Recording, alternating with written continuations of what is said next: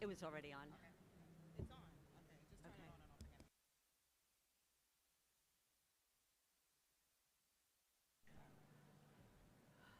Okay. Good afternoon, everybody.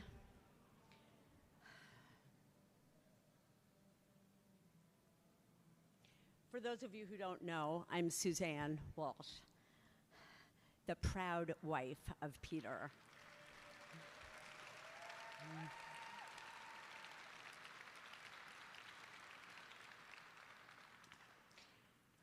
We have several people joining us live stream, so that's why we had to get to it. And there'll be plenty of time for you to continue sharing your memories at the end of the program. Okay, now my little granddaughters, you better be good for Poppy. Thank you so very much for being here today to join me and my family as we celebrate our special guy, Peter Walsh. During Peter's last few weeks, we had to chat about some serious stuff, but we always came back to the topic of our three amazing kids, Connor, Alice, and Dana. What? How did we get so lucky? What did we do right? We'd ask ourselves. His love for them, their spouses, and our 4 grandchildren filled him with great pride and joy.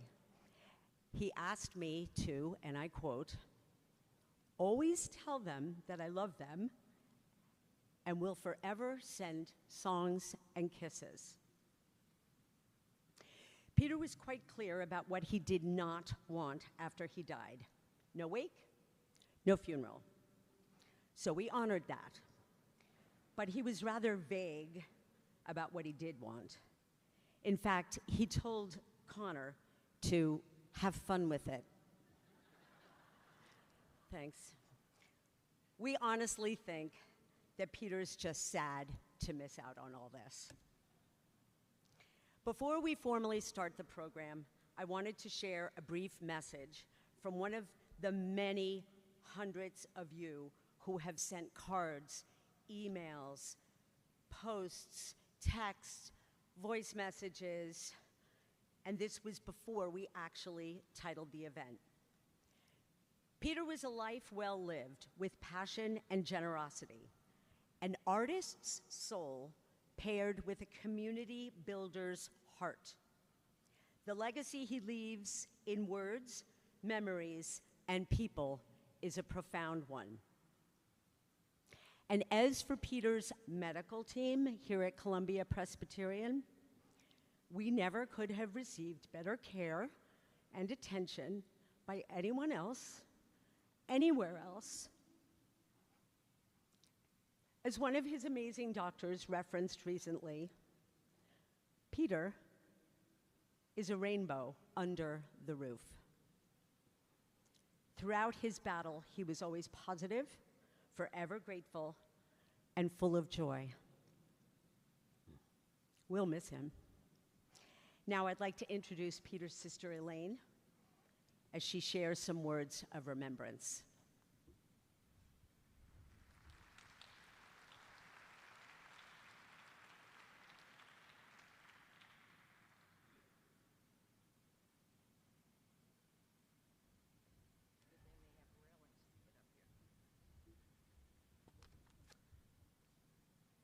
Good afternoon.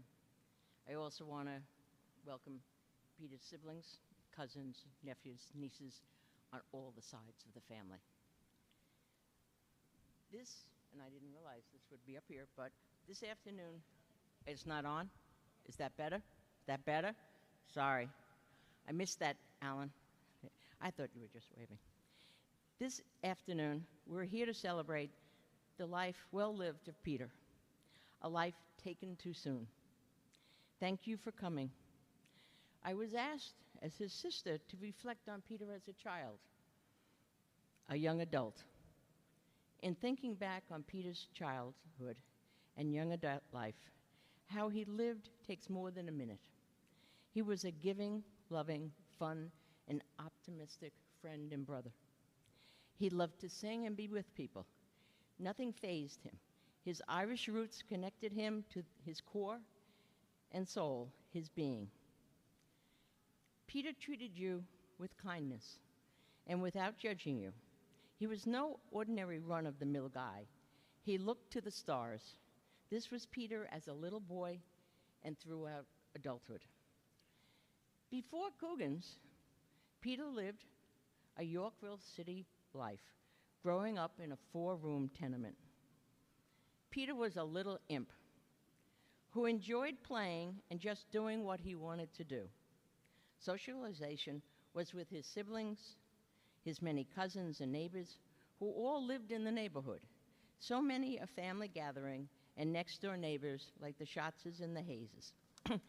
Grammar school classmates David Lee and Ramon Casanova, who got into a lot of mischief.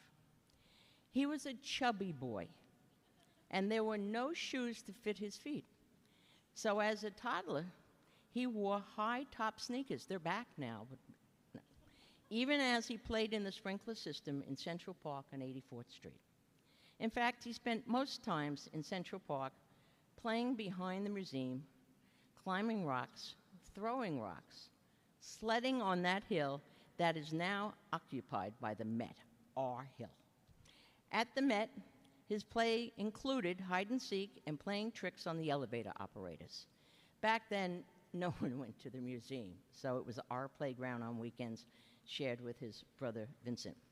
He liked to play running bases, tag, Johnny on the pony, off the point, and even building a scooter out of a wooden crate and dismantling roller skates for the wheels. Some of you might remember this time. It was pre all those mobile things. All this occurred in front of our apartment on East 86th Street or the surrounding area. Game boards with friends and cousins. Peter always wanted a dog, but we lived in a small apartment. No place for a dog. But one day he did bring one home.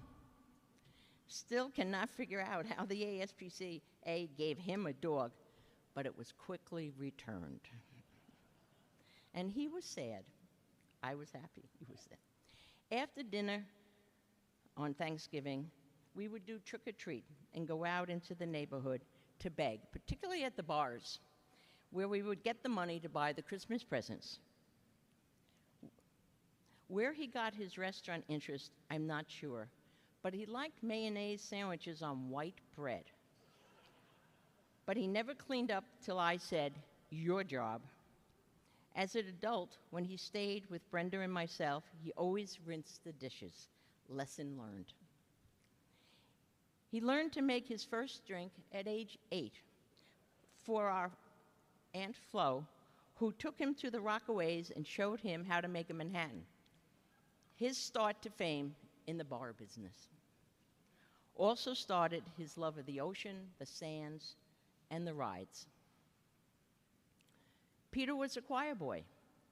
His talent was recognized and fortunate to have a patron who supported his singing lessons, thus his entry into singing, theater, and writing. He even did a stint at an altar boy. We couldn't figure that one out at all. For a cousin's wedding, we think he just put on the outfit, who knows? He sang at family weddings and gatherings. Danny Boy was sure the #1 song he sang. And he sang that also at his cousin Charlie's jazz club. He also sang House of the Rising Sun. So it kept us like, again? Okay. And I used to say to him, please, you know. He was not much of a student, or I should say he did not like school. And college was not in his path until he worked in the mailroom at Segram's, did a stint at the New York Times, and at Phipps Houses that our Aunt Flo got him to work. Peter found himself when he went to Trinity in Ireland, where he found his creative side, developed many friendships with Irish and English poets, actors, and artists. From this came the storytelling and the gift of gab. So wanting to share this life, he took our mother to Ireland to see where her mother was born, A trip of a lifetime. First time Mom was on a plane, and Peter was so happy and determined to do it.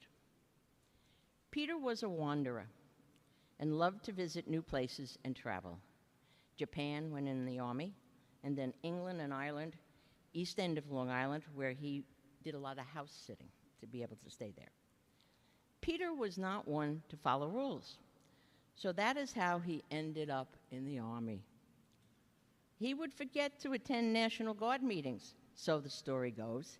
He did not waste any time getting assigned to the press corps when he was in the military.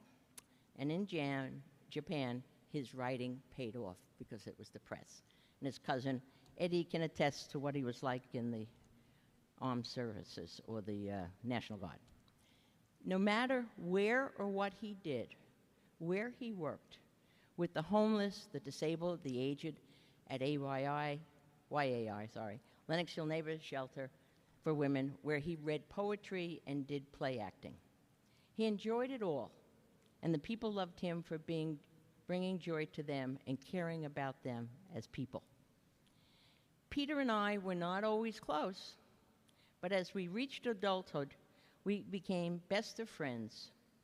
Our lives intertwined with the community, politics, and elected officials. We supported each other. He even got me up at the crack of dawn to help with the first race up here in Washington Heights. I got to ride in a car with him and lead the parade. And many more followed till 2020. I listened to all of his revisions of plays and stories. I will miss him, but my memories will always be with me. And even now, old memories are appearing, so now I have shared them with you. Rest, my little brother. Thank you for all you did for all of us. I will miss growing old without you, a promise not kept. My love.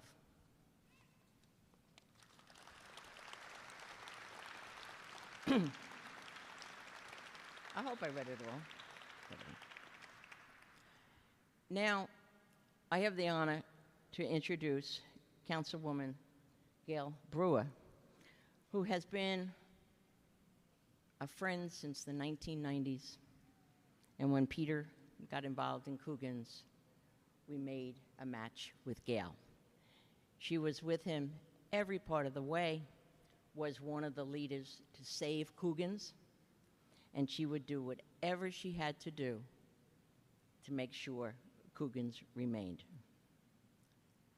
I think we probably introduced each other at a party. Okay, I'm going to leave it to you because you're going to probably tell the story and I don't need to. But she also became a regular, including coming to the races. Thanks to her and many others who fought for Coogan's life. Peter loved and respected Gail. And I just want to say, the Kentucky Derby is today. Peter loved the Kentucky Derby, as did all of my mother's family, who had bookies, and every race for the Kentucky Derby we watched and enjoyed and drank. Okay, Gail, please.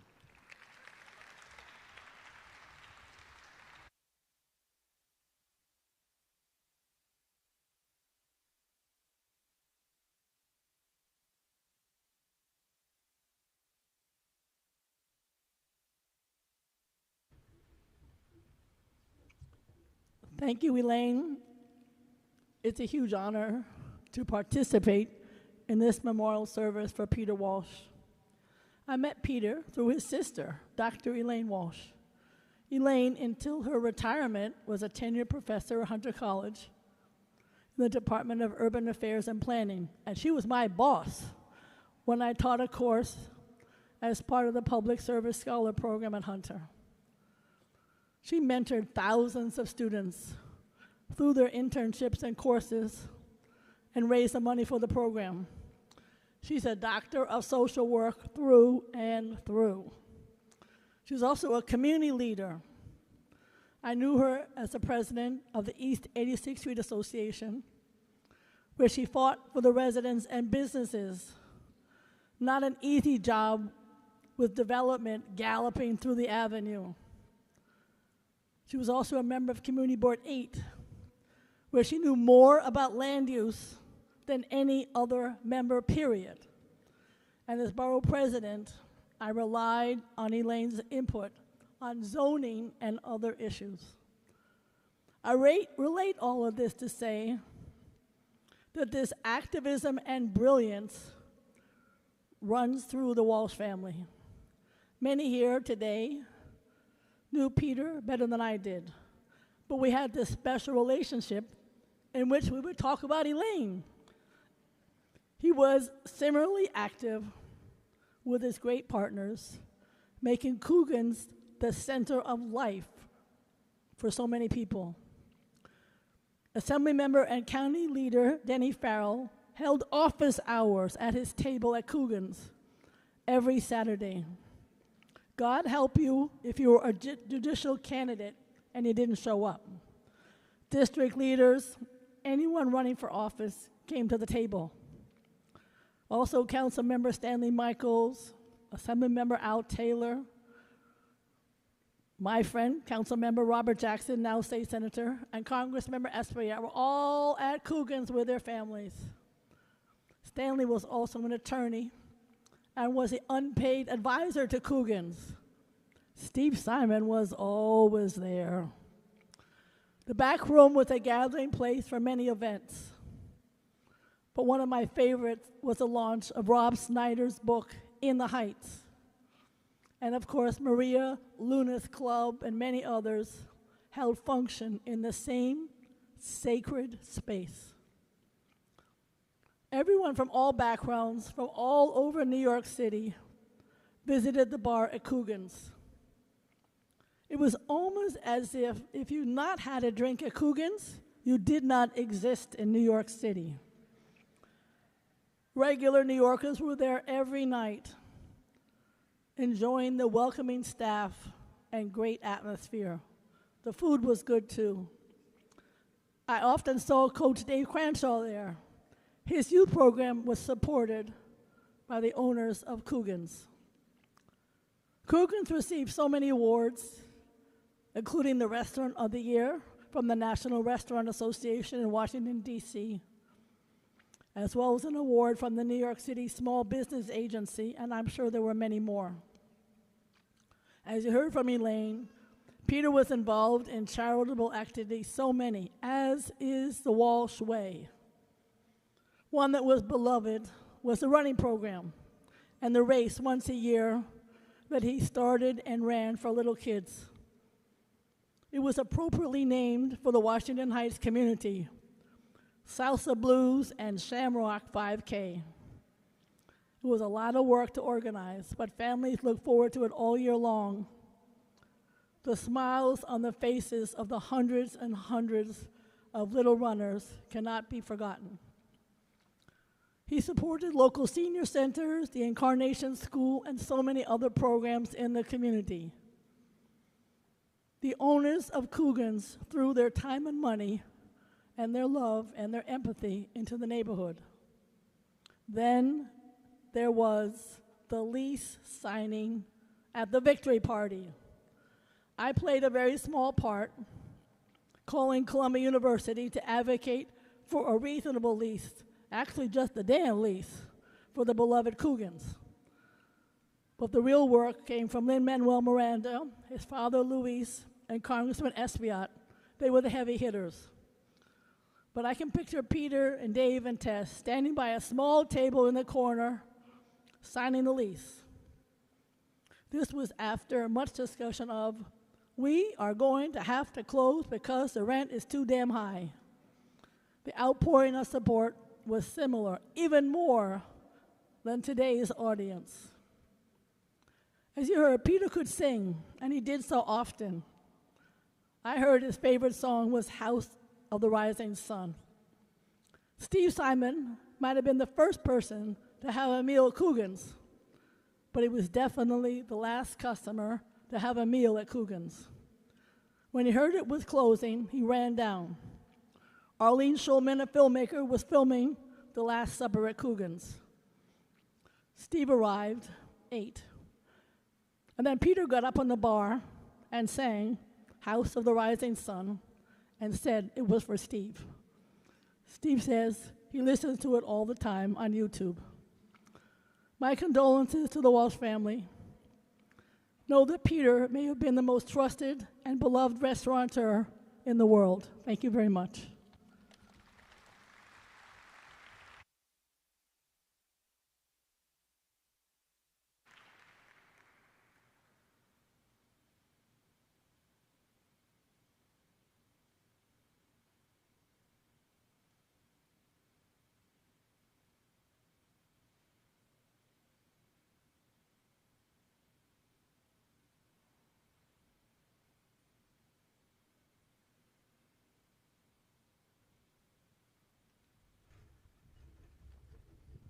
Good afternoon, everyone.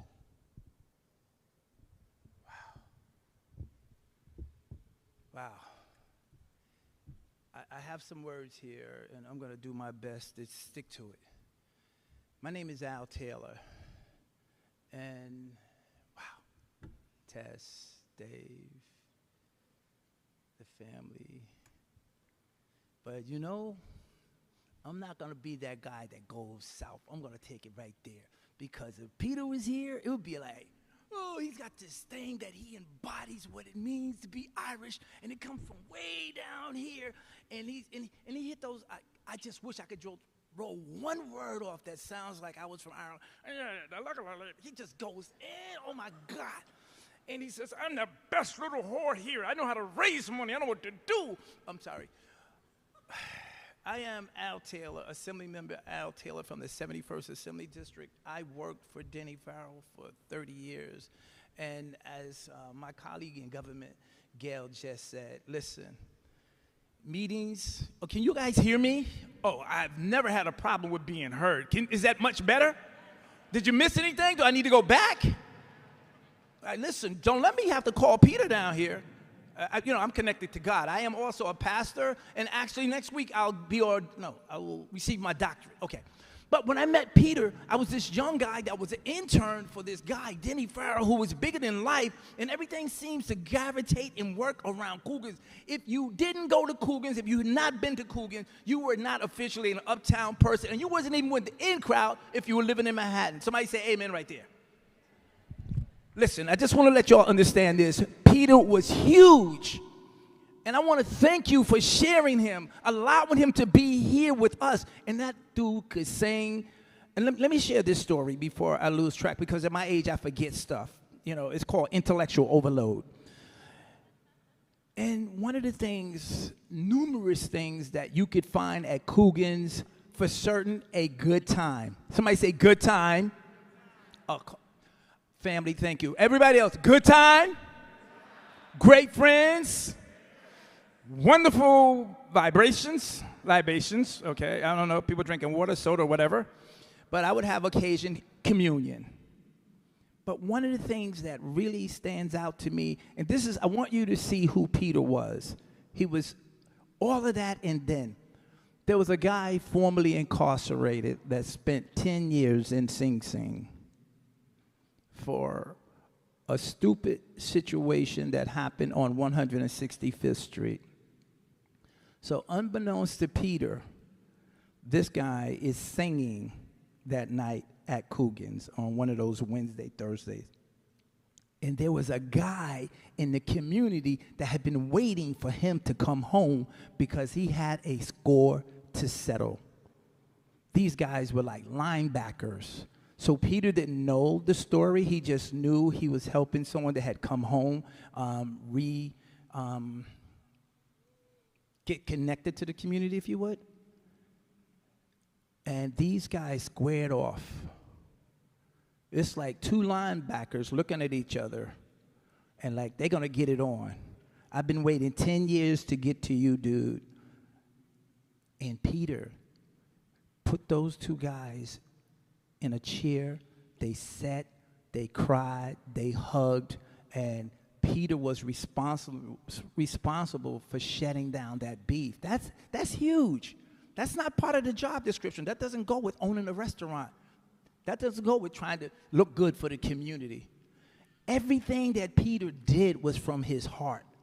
And I just can't imagine life without Peter. Just huge. But I know God had a plan. He says, you know what, Peter, come on, let's go. And I'm probably sure Peter negotiated with God or gave him what he was interested in before he said, yes, I'll come. Because Peter was that kind of guy. He could touch anybody, anyone. And even being in this place right here, the races, hey, you're coming up to the races. I will try. But you know what I remember? Talking to Peter about his daughter's running track. And he would talk to my daughter, and she sends her condolences. And one of the guys who I'm talking about, he's now Bishop Dr. Reverend Darren Ferguson. And he wanted to let you know that his heart is with you all, and he's in Maryland right now. But he was the guy that spent 10 years in Sing Sing, and Peter got between him and the other person. Peter was bigger than life. And I am so pleased, so honored, so proud just to say a couple of words. I have a whole speech here. But I want to remember this part. The Irish reminds us, may the road rise to meet you, Peter. May the wind be always at your back. May the sun shine warm upon your face until we meet again. May God hold you in the palm of his hand. God bless you.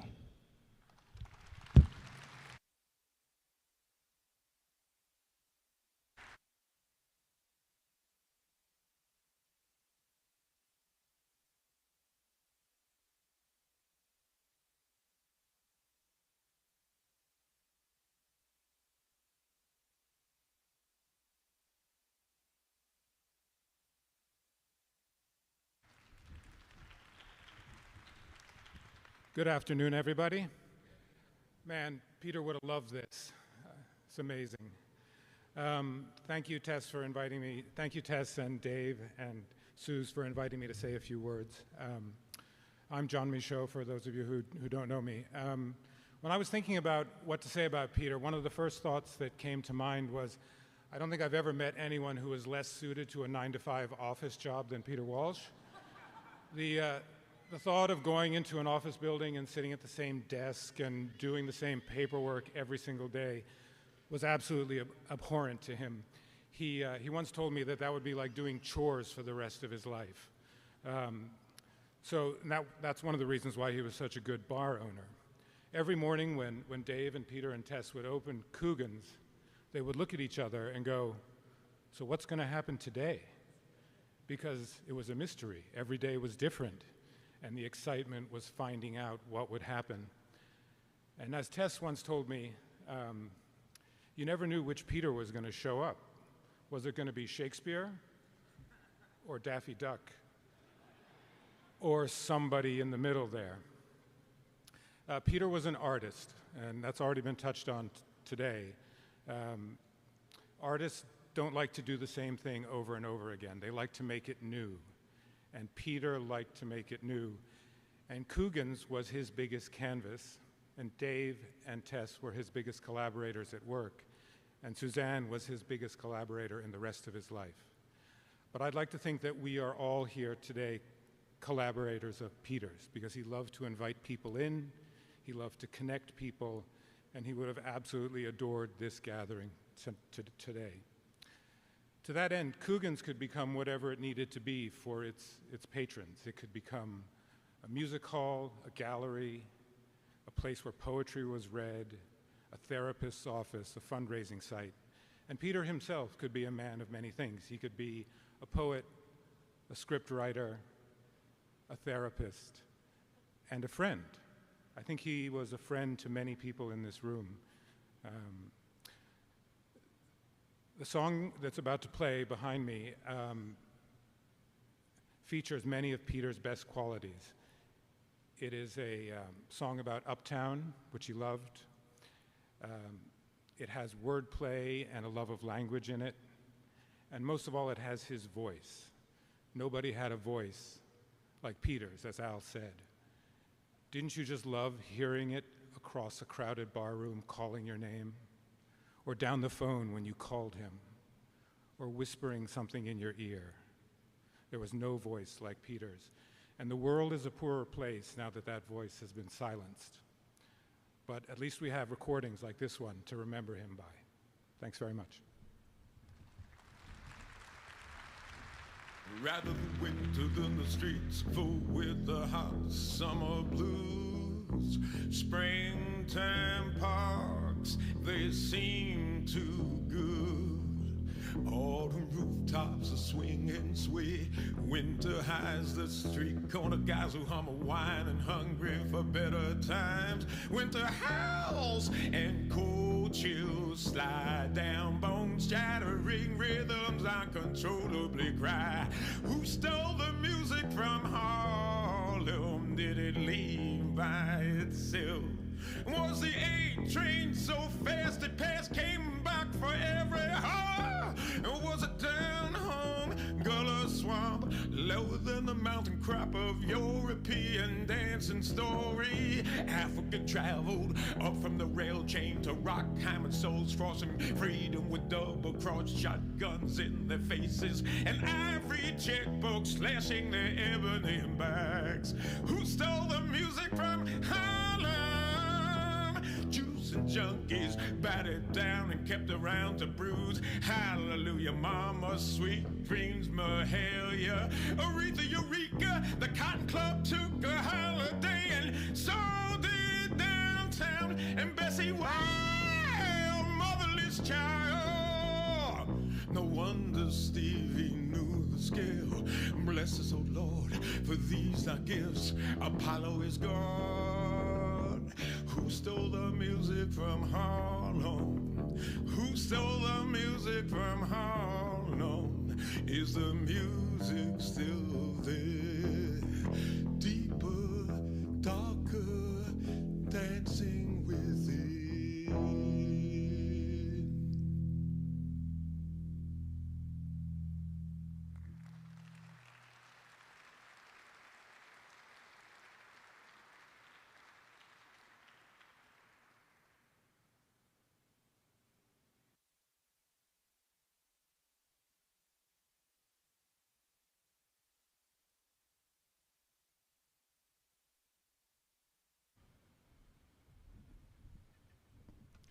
Of course, Peter would have me follow this, right?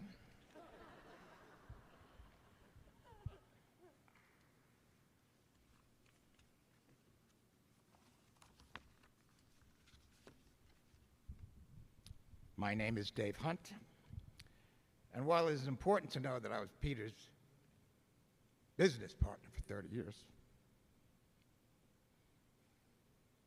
it is more important to know that I was his friend for close to 50.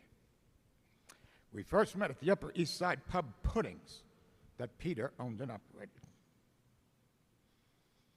I didn't choke up when I did the rehearsals of this, I guarantee you.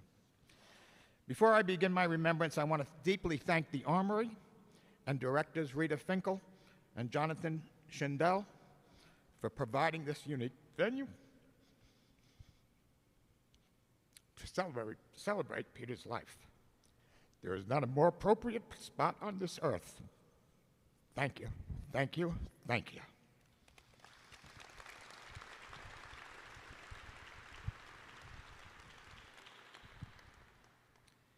Peter wore many hats. There are those here today who know him as a singer, an actor, storyteller, historian, a family man. He was the Long Island community point person on the shipwreck history of the 1877 Circassian tragedy. He gave presentations about that event to historical societies and library groups in Long Island. I was always engaged with other activities I was never able to make. I regret that now, even though I had absolutely no interest in shipwrecks. Peter also wore a hat marked restaurateur, or he might be more comfortable with saloon keeper. He was the energy of a very important Washington Heights institution, Coogan's Restaurant. I would also like to acknowledge Peter's other partners at Coogan's. Tess O'Connor, raise your hand, Tess, so I can see where you were, so people can see who you are. And Peter's brother, Vincent Walsh. Raise your hand, Vincent, so they can see you. They were essential to the success experienced at Coogan's.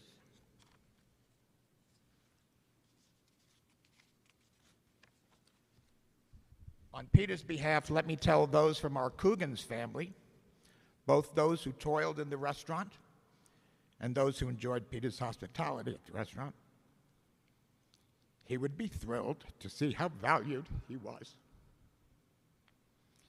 And you should know how he valued you, even if he confused your names. That was not Peter's strong point. Fierce loyalty was. I want to share a remembrance that I think reflects well on Peter without hiding any possible shortcomings that he may have had. Many years ago, we won a state restaurant award, and myself and my wife, Kathleen, traveled to Lake Placid, New York, to accept on Coogan's behalf. But what we didn't know at the time was that automatically put us into competition for a national award given by the National Restaurant Association, which Gail alluded to. Peter's juices got ramped up. He was energized and became the general to marshal our forces to win this national award. Imagine a neighborhood restaurant on 169th Street and Broadway in Washington Heights competing for national honors. Now, I have to point out Tess. Where are you, Tess? I have to point out Tess. And Dana Zapata Green. Dana, raise your hand. I saw you come in. Peter was the general, but Dania would have to decipher written scroll notes, handwritten scroll notes, to send to prominent elected officials and customers to write a letter campaign outlining our contributions to the community. Peter would direct Dania to solicit support. Go to the woman who eats the chicken Caesar salad for lunch on Tuesday at table 212. It would take Dania a while, but she would eventually figure out that Peter meant the woman who ate the Cobb salad at table 202 on Thursdays. I can tell you now that Tess and Dana, well, when you cleared your desks at 10 minutes to 6, leaving it pristine for the next day, Peter thought you were signaling, okay, give me that, it has to go out tonight file. These have to go out today. Tess would have to keep the day-to-day operations going as Peter was all in on the new project. Coogan's won, or more accurately, Peter won. We went to Washington with much fanfare to accept this award. My memory says that Congressman Charles Rangel, a great friend of Coogan's, came over from the Capitol to present the award. And it was televised live worldwide. Admittedly, C-SPAN, so maybe nobody actually saw it. But still. Peter returned to Washington Heights and switched hats. He was not ungrateful for the award, but simply closed that chapter and moved on, preparing for a concert, a poetry recitation, or helping Suze. Where are you, Suze? Helping Suze plan for the annual Hatters Ball. Or maybe indoor track season had begun at the Armory. Months later, the National Restaurant Association wanted to do some follow-up, but could not get Peter's attention. He was not ungrateful, but he had switched hats. Then they contacted me, frustrated at not getting to Peter. They asked me to plan to do an interview on stage at their next convention because they found something so interesting in Peter's presentation. They wanted to interview Coogan's. I said I would be happy to participate, but I was doubtful that anybody would be interested. The representative in Washington said Peter's presentation mentioned as a small business, Peter, myself, Tess, and Dania would have lunch meetings 3, 4, sometimes 5 times a week. He wanted to know, and he was sure other small businesses wanted to know, how did we strategize? How did we set business priorities? How did we divide duties and responsibilities? What did we discuss, and how did these open communications, so rare in a small business setting, impact our business plans? I said I really couldn't answer that. But I could speak with authority on the progress Dana Walsh and Alice Walsh were making in their tap dance lessons and their budding racing careers, how Connor Walsh was doing in Little League, and how proud Peter was when after a Little League game the coaches told the team, it doesn't matter if you win or lose, as long as you have fun. And a young Connor perked up and asked, then why do we keep score?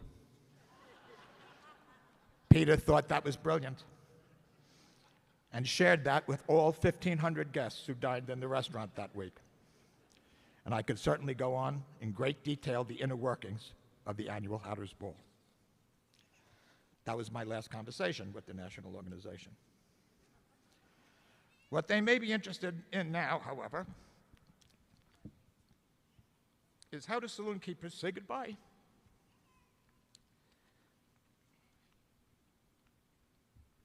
Tess and I were able to visit Peter less than 72 hours before he passed. We laughed, we cried, we held hands, we thanked him for his friendship, we kissed him, and told him that we loved him. Peter faced death with bravery, no surprise there. Peter, rest in comfort, your family is strong. Rest in peace. Your children will share your legacy with your grandchildren.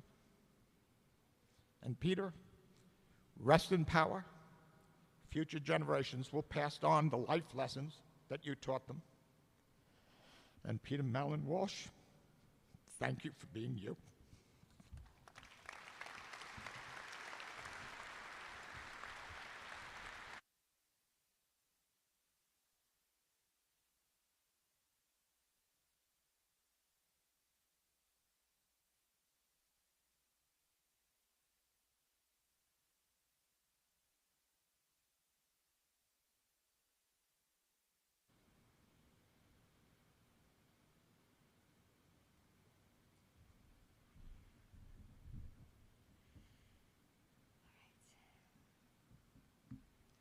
Good afternoon. Hello. My name is Amanda Jane Cooper. I have the distinct honor of singing one of Peter's favorite karaoke songs for you today. Thank you to Suzanne for inviting me. My deep condolences to your family, and may this song be in remembrance and celebration of Peter Walsh and his life well lived, because he certainly was one to lean on.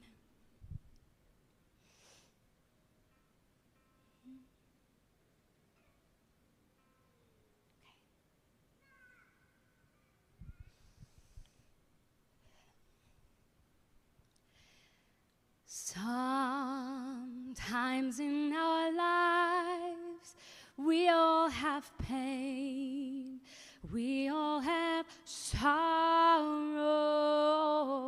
but if we are wise, we know that there's always tomorrow.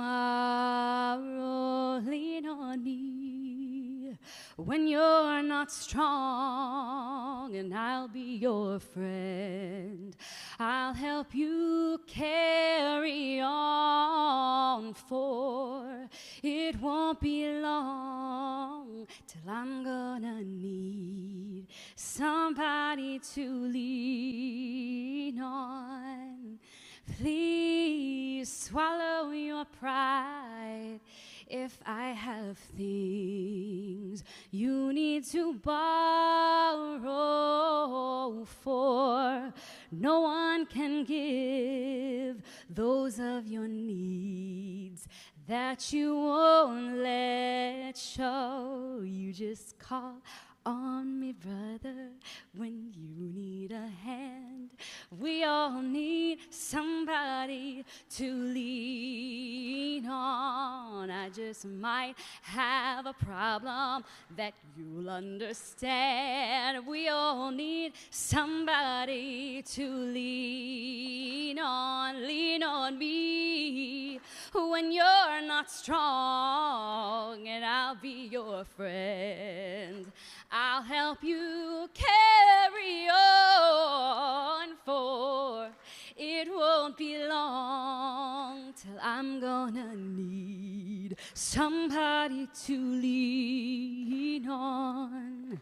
If there is a load you have to bear that you can't carry, I'm right up the road.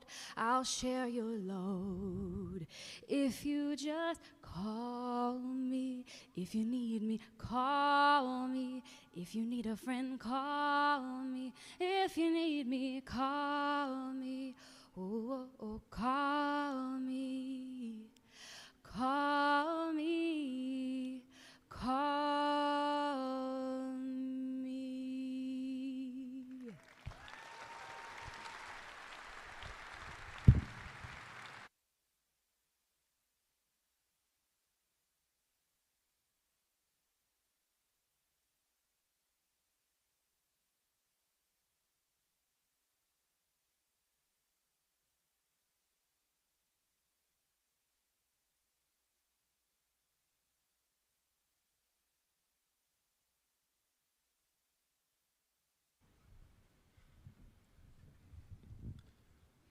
I've been told by Allegra to make sure I tighten it. I think I just did it. Thank you. Hi, my name's Jared Harris, and I've been asked to read one of Peter's poems, but before I do that, I thought I'd just explain why I'm here. Peter gave me my first job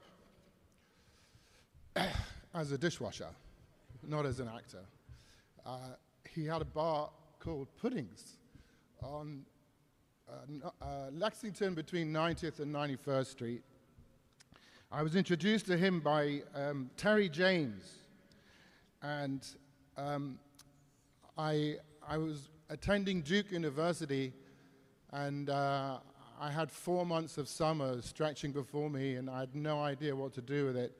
So he said, well, come and spend Wednesdays working as a busboy in my restaurant at Puddings, and at least that'll give you something to do for one night a week. And being a typical actor, I immediately wanted a better part. And I said, can I be a waiter? And he said, no, I wouldn't do that to my customers. You're going to stay in the kitchen and wash dishes. But on my days off, I would find myself going up to Puddings and hanging out at the bar and meeting all these incredible people there who already he was sort of curating this incredible community. And I remember just being at the bar, and he would start a conversation with you, with whoever was sitting on your left-hand side.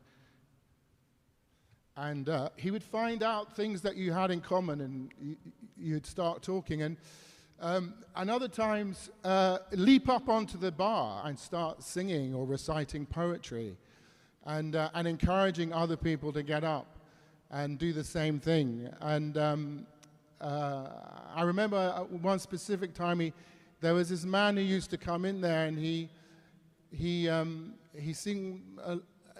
had a bag. He always carried this bag with him.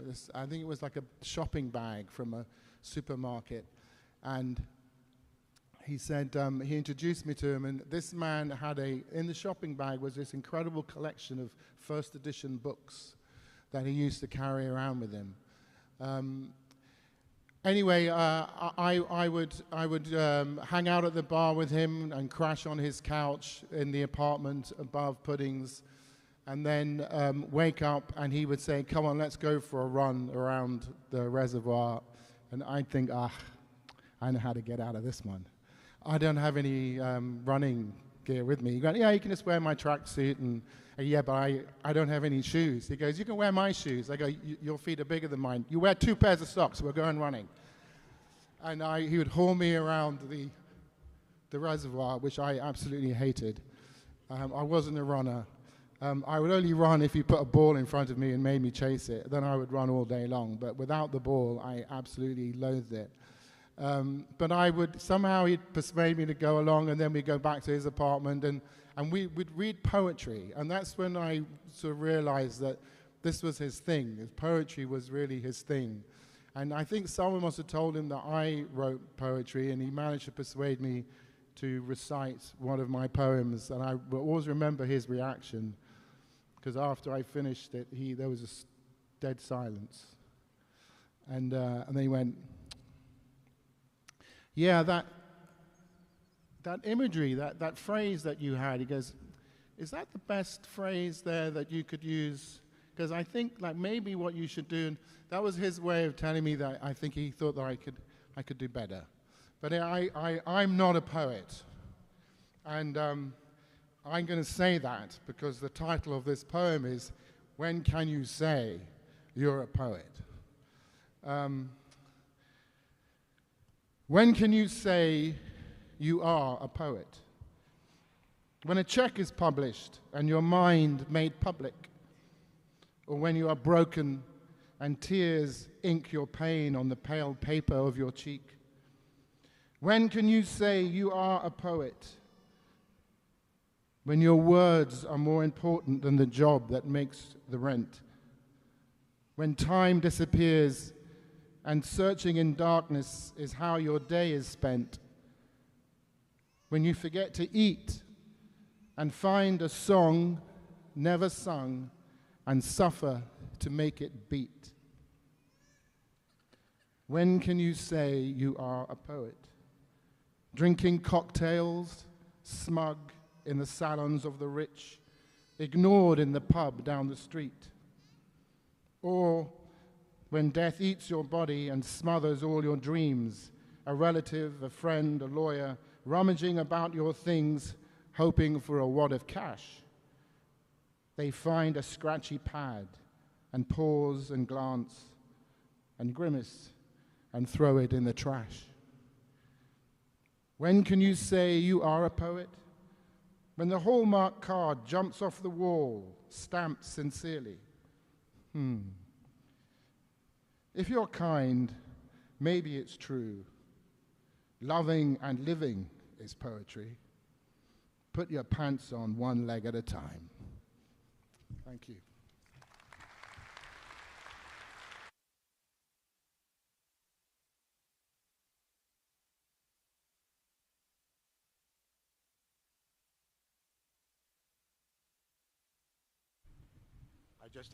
I just have to jump in for a moment. A very important friend of Peter's could not be here, but is on the phone and just wants to say a few words. If you're somebody who regularly listens to the news on either network or cable news, you may recognize his voice. Our very long-time good friend, Congressman Adriano Espaillat. Go ahead. Go ahead. Sorry that I couldn't be there. I'm not gonna lie to you, I'm at Yankee Stadium. Peter would have understood that. Yes, he would. But, you know, Peter, I want to remember Peter in positive, fun ways, right? And I told Dave the other day that I will never forget the night we were at Coogan's and they got their lease extended. And Lin-Manuel Miranda, myself, and Luis Miranda, and David, and Peter were there, and the place was hopping, and Peter just broke out in his, you know, Irish tenor voice and began to sing. And the whole place just stood and watched this guy do it. What a talent, what a great human being, what a great personality, great heart.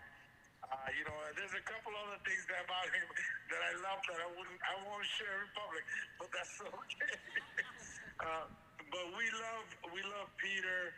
we love Dave and of course Coogan's will be forever in our hearts. I always tell Dave every time I speak to him that there's got to be another attempt to open it up. I mean, I haven't given up. I haven't given up. They're applauding your suggestion, but it won't happen. I guarantee it. No, yes, it will. I know there's a little bit of Coogan's left inside of you somewhere. It may be in your kidney or in the back ventricle of your heart. But Coogan's was a great place where it didn't matter whether you were Irish and whether you were Dominican or African American or Jewish or every Puerto Rican, everybody felt at home there. And by the way, I know these guys, in fact, Jimmy Day's over on West 4th Street. So I know they served a great burger there, and of course a great burger in Coogan's. I'm a burger guy. I know some of the younger guys don't like to hear that, but I like my, messy burger with a lot of cheese on it, and I still keep my heart in good shape. But we'll all remember Peter, and he's gonna be always a great memory that brings a great smile to everybody's face. God bless you, and we'll remember him. And to the family, we'll never forget what he did for the neighborhood. Thank you, Congressman. Thank you, Congressman. I, of course, was going to explain that he was in a very, very important budget meeting in Washington, but he chose to tell you he was at Yankee Stadium. So thank you, Congressman. Thank you very much.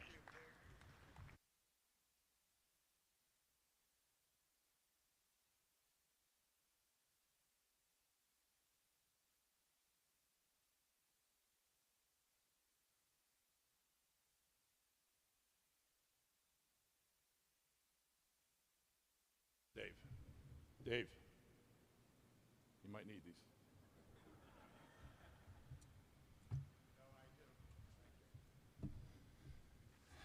Good afternoon, everybody. My name's Rob Mooney, and I'm proud to say I was a friend of Peter's. I'm going to have to take this thing out of here. That's the only way that's going to reach. And thank you, Dave, for giving me permission to choke up on this every once in a while. They say you can judge a man by the company he keeps. You only need to look around to see the character of Peter Walsh in every face here. Peter would often call me at the end of a day looking for a co-defendant, then suggest we meet somewhere, and I knew that this was the beginning of what I came to call a Walsh adventure. For example, he calls me one afternoon, he says, "Hey, do you know who Jack Johnson is?" I said, "Yeah, he's a singer, songwriter, guitar player." He goes, "Yeah, Connor's a big fan." Connor was probably about 15 or 16 at the time. He says, "We're gonna go," he's playing at Summer Stage tonight, meet us at the park at 65th and 5th, and we'll go to the show. So I go, "Okay, great." And I come over there and I meet them. Start walking in and I realize there's a distinctly big crowd going in, and I said, "How'd you get tickets so late in the game?" He goes, "Tickets? We don't need no stinking tickets." And Connor and I look at each other, and then we look at him like he's crazy. He goes, "Stay close." So we start walking, and the first person who was supposed to check our tickets, before the guy could even say, "Can I see your tickets?" Peter starts a conversation with the guy, but keeps walking as he's doing this. And then the guy realizes that he's abandoned his post and turns around and goes back. Well, we do this 2 more times, but inside of 10 minutes, not only are we inside the venue, we're backstage with talking to Jack Johnson.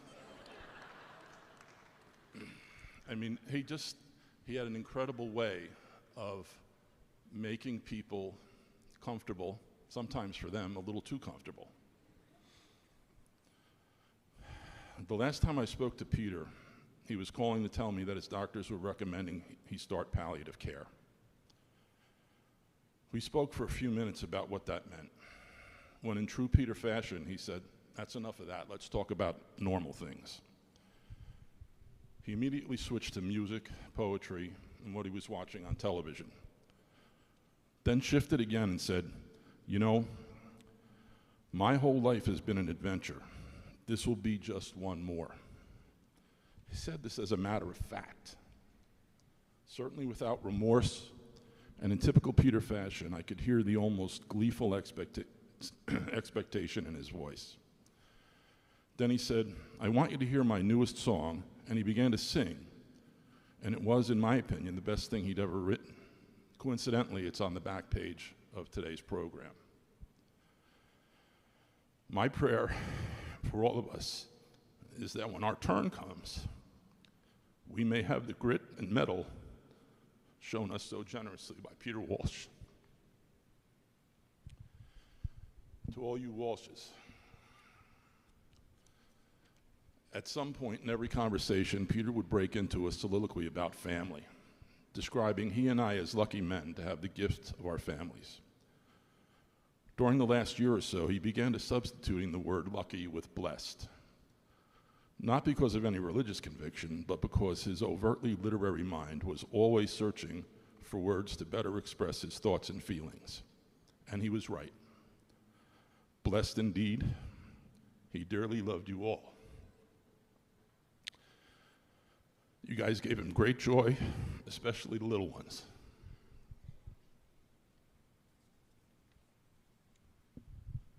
Suzanne. In normal times, he did his best to try and match that tornado of energy busting from you every day. Well, we all know that was a fool's errand. More importantly, Peter loved you with all his heart and soul. As best as I can recall, the only time I'd ever sensed fear in Peter Walsh was several years ago when you had your own battle with this dreadful disease. He loved you so dearly that that the thought of losing you was a notion he could not bear. I will shamelessly quote from his beloved Ulysses. Yes, it was her he was looking at, and there was meaning in his look. His eyes burned into her as though they would search her through and through, read her very soul. Suzanne, Peter was in love with you from the very beginning, and he still loves you now. Peter is in the house of the rising sun now. Not that house, but the one that allows his light to shine down on all of us. Rest easy, my friend. The world is different now.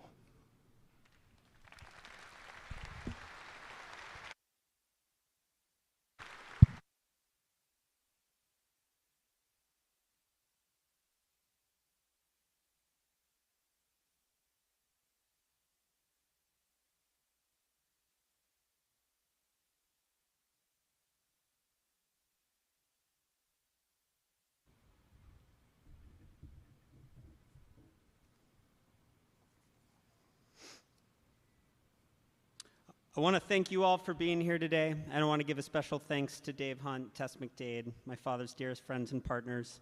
They really made this possible. To our friends at the Armory here in Washington Heights, to the Coogan's family, we wanted you here today. Clearly, you're here today, so thank you. A week ago today, Peter was set to perform this collection he was calling Poems to be Said, Songs to be Sung.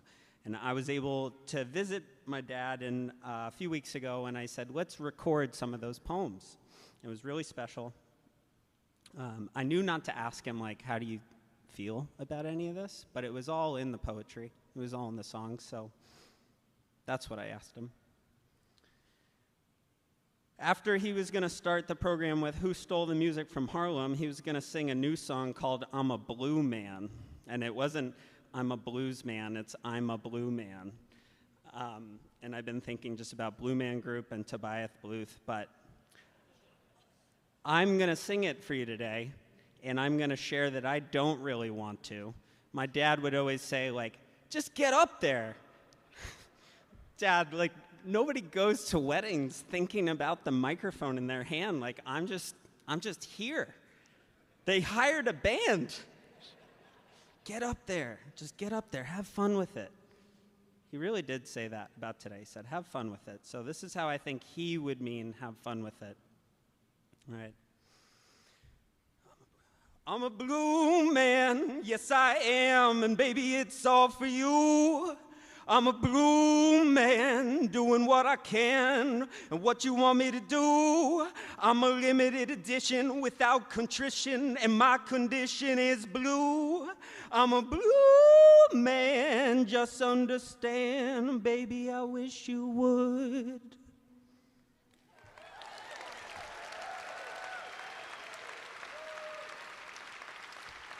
I can tell you why I love my dad, and him singing all the time is not at the top of the list, all right? I've been most interested in this question of why you loved my dad. What made him special not solely to me, but to us? When I reflect on him as his son, it's a perspective that my sisters and I are incredibly grateful for. But I think of him first as a teacher. This was a role he took great pride in, right? The sharing, the stories, the modeling, the lecturing, the writing, the singing, the teaching of values, of knowledge, passion, art, of love, and all that was holy unto my Father, that which grounded him to this world, enabling him to soar in this life. He was proud, he was diligent, he was compassionate in this teaching, and the values and beliefs that are left behind tell us exactly why. Of course, he could light up a room. He was gregarious and confident, and he knew who he was and he knew who he wasn't. And for someone who didn't dance much, he moved through life with this powerful sense of grace. And I think a lot of us know it, and we were jealous of it, but we just watched it. It was sometimes like watching a tornado, but you couldn't look away. So he had this way of making things look easy, and if things were hard, he wouldn't admit it. So that was the case with cancer. You couldn't really talk to him about it, because it was just like, oh, imagine if I was, and then he would name another country, thinking that their health care wasn't as good as ours. But I was like, Dad, their health care is doing great right now. So, with literature and with people, with mental math, he was just sharp. He would go, let me tell you something. And then he would preface an opinion as a hard truth. And he could revel, he could sing, he could write. He was a catcher in his youth, and I love thinking about just all the smack he would have talked from behind home plate. Like, maybe encouraging, but like, is this guy making fun of me? I think he's making fun of me. And then on those rainy days, they would go to the Met, like my Aunt Elaine was talking about, and he would say, we were playing hide and seek or manhunt. And we would go, Alstan and I would say, oh, did you like hiding or did you like looking? And he was like, no. It was only hiding because that was the game. There was only 1 or 2 guards, and so they had to find you. You see that massive vase? That was a good vase for hiding in. And we'd be like, Dad, that's from Mesopotamia. It's like 1,000,000 years old. But when an Irish boy grows up in the Met in the 50s, you get a Renaissance man by the 60s, all right? So he said, you shouldn't go into the restaurant business if you don't love people. And for the record, I wasn't allowed to work at Coogan, so props to you, Jared. You got a job, right? I know why I wasn't allowed to work at Coogan's, but he just never told me. Right? So following him around Coogan's, when it comes to the teaching, this was the best teaching. He didn't know he was teaching, so it was really effective. Right? So I'd follow him around Coogan's, and I would feel kind of like one of the Queen's corgis because my little legs are just like going super fast, and everyone's treating him like royalty, and then they would bow down and like pet me. I'm like, oh, wow, this is fun. Just let me play pinball and like leave me alone. But that wasn't a part of it. Like, look them in the eyes, shake their hand, keep shaking their hand. I'm like, Dad, I've been shaking this dude's hand for like 3 minutes. His breath stinks. Let me out of here. But it was a good time, right?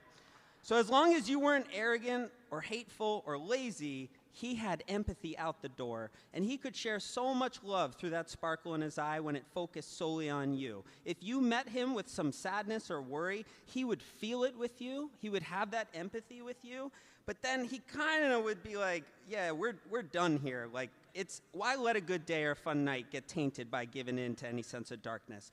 If you went harp into with a decision and you'd already made that decision, you're like, I just don't know.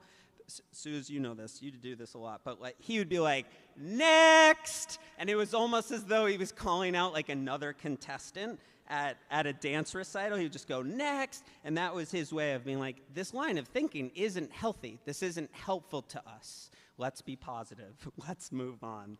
right? So I sometimes wondered, was he just an Irishman prone to stubbornness? But I think it was this penchant for positivity, and it really worked. So one of the songs he would sing, and these were always on like crowded subway cars or walking down the street, he would go into this Bob Marley song, Lively Up Yourself. So he would erupt into this song, and the whole subway car would be like, who the f- is that guy?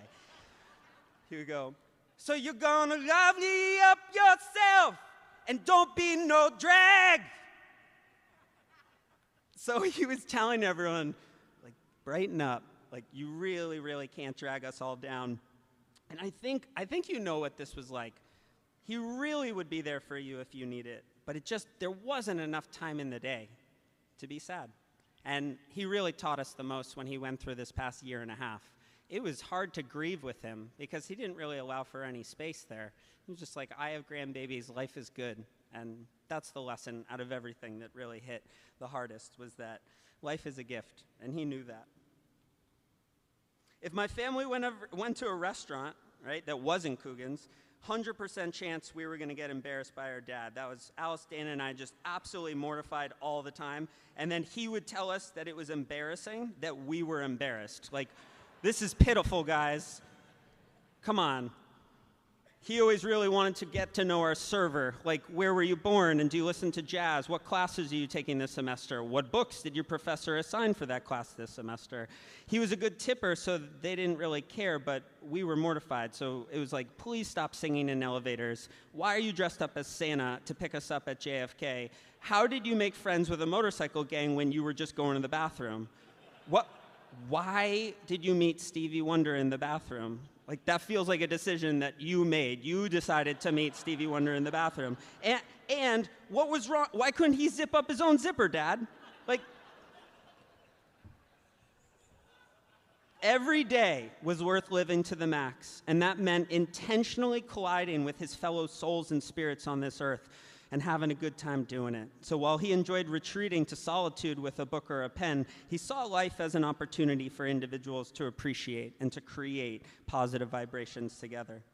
Whether the teaching was active or passive, direct or subliminal, my father's values were instilled often and with reoccurrence. He preached, but it was honest, it was digestible. Be a leader, not a follower, he always told us. Be safe, be smart if we were going out on a night. There's no such thing as accidents, he would retort. And this was the worst, because when you're 7, it's like, well, it was an accident. And he would say, every action has a reaction, so let's stop and think about why this occurred. Do you do what's expected of you before it's asked of you? He would say, if you don't want to be told what to do, then you got to think, what am I going to tell you? And then do that before I'm going to tell you. And that was a nightmare, trying to figure out what he was going to tell us. When we had papers to write for school, they were just shredded, not literally, but metaphorically shredded by my dad. Like, why do I want to do 6 drafts on Of Mice and Men, Dad? It does not matter. I'm in 5th grade. I'm failing math. He did not care. He was like, no, let's do another draft on this. He would have so much fun marking up the papers, red pen everywhere. It's like taking a break from his crossword. Ooh, you did another edit? Like, let me at it. And he's covering the margins in red ink that I could not understand. I'd carry a newly printed draft to him in hopes that, oh my gosh, please no red, please no red. And the best part was he was a poet, so the teacher would just say, like, well written, but you didn't answer the question once again. His warmth and his love was just doled out in massive doses. That was the biggest part about growing up in his house. There was a ton of love. And that was the lesson that was most important. Love for thy neighbor. He wasn't very religious, but he was spiritual. Love for thy neighbor. We used to ask when Dad was coming home because the schedule was wonky. And one night the answer was, not till later, he's at the hospital volunteering. And when he got home, he came to my room and he sat on my bed. And I asked him where he was. And he told me that sometimes he spent evenings with the children at Columbia Presbyterian in the HIV wing. And I didn't really know what HIV was, and I didn't really know why he would be there with other kids instead of me. There are a lot of babies and people in this world that don't get enough love, he said. Everyone needs love. Everyone needs love, and they need lots of it. Of the love that Peter had for our mom, he wrote the following: Suzanne is a cool breeze that entered my life, and by her mere presence, all became right in the world. I've watched her walk through the rooms of time, creating order, but with always the right amount of space to create the havoc of unexpected joy. The only time I've ever heard any tone of worry in my dad's voice was in the last few weeks when the conversation pertained to his Suze. Anyone who got to say goodbye to my dad got some marching orders, take good care of my Susie. And the day before my dad died, my mom turned to me and she said, "Connor, I'm scared." And I said, "You're scared? How do you think I feel? What, are you going to try and move into my house or something after all this is done?" My dad opened his eyes for the first time in a while, and he said with authority, "I'm not scared." I said, "I know, Dad. We weren't talking about you." And he said, "Well, cut your shit." And he closed his eyes. I said, "I love you, Dad." And he said, "I love you too." I'm going to sing that last song that Peter was going to end his reading with. It was a new one. He was calling it "Never Thought Leaving Would Take So Long."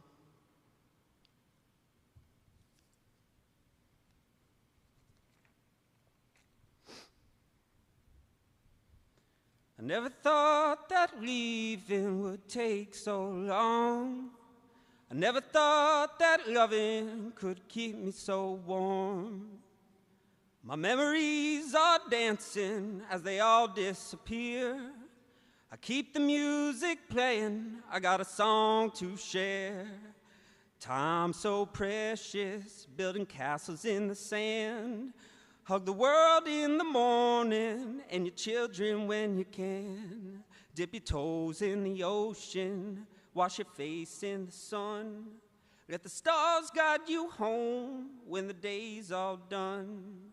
There are stories I might tell you, and some of them might be true, but advice is for old men with nothing to do. Being almost honest is lying too much, and being almost a friend is never enough. When you fall, get up and dry your tears. May you need what you want and want what you need. May your eyes keep it sparkling, your handshake be strong. May you know what is right and see when you're wrong. And if you're hungry, work harder. Let your neighbor drink first. Be a friend to a stranger. Take your time to learn. The last thing I think we want to hear from today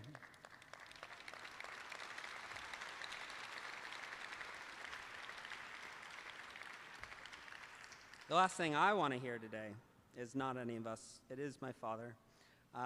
He did say have fun with this, and I asked a couple of follow-up questions because I frankly thought that Peter Walsh might be the guy to throw his own celebration of life. And that would have been nice. But he's going to say goodbye to you today. It's a song that belongs to him. We do have Steve Simon to thank for this song. And so when his fist is going to hit the bar, I think that's him clocking out. I want to thank you all for being here again. We're going to send him off with style and then carry him forward with our memories of his love, his spirit, and will always be with us. To a life well lived, Dad, joyous strength. Thank you.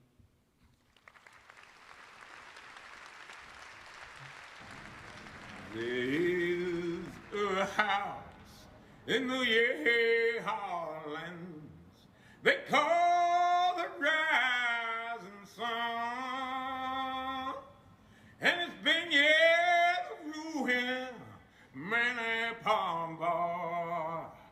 God, yeah, I know I'm one. My mama, she was a tailor. She sewed my New Year blue jeans. And my daddy, he was a gambling man way down in New Orleans. Don't live your life in sin and misery. Don't you do, yeah, what I have done. Don't play the game to your sad shame in the house of the rising sun.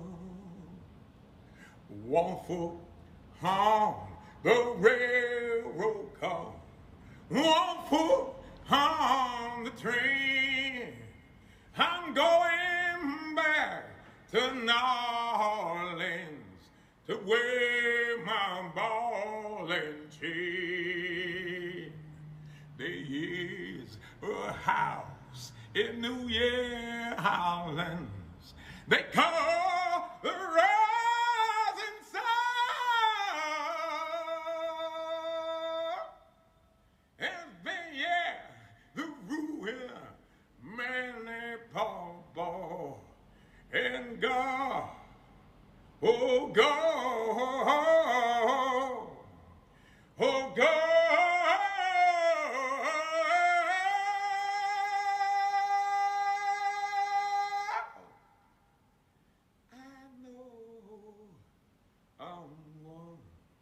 Is the loneliest number you'll ever know.